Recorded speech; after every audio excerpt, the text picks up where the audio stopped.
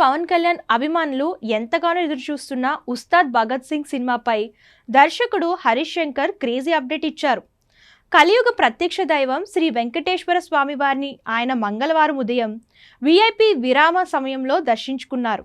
స్వామివారి సేవలో పాల్గొని మొక్కులు చెల్లించుకున్నారు. అనంతరం ఆలయం వెలుపల మీడియాతో హరీష్ శంకర్ మాట్లాడుతూ జూన్ 2వ వారంలో ఉస్తాద్ భగత్ సింగ్ సినిమా షూటింగ్ ప్రారంభం కానుందని తెలియజేశారు.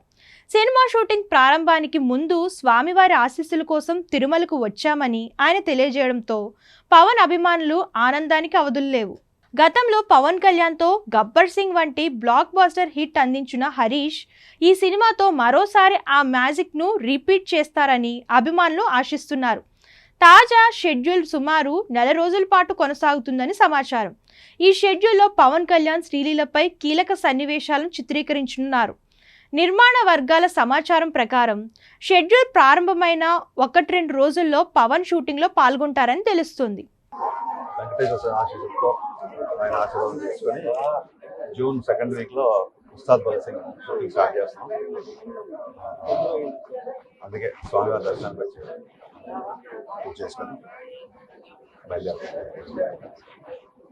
June 2nd week Ustaad. So దాని గురించి వచ్చేదన్నా పంతులు గారికి చెప్పాం పూజ చేస్తున్నప్పుడు. డిప్యూటీ సీఎం గారు హీరో అంటాం, ఆయన నవ్వుతూ ఆశీర్వదించారు. Great experience.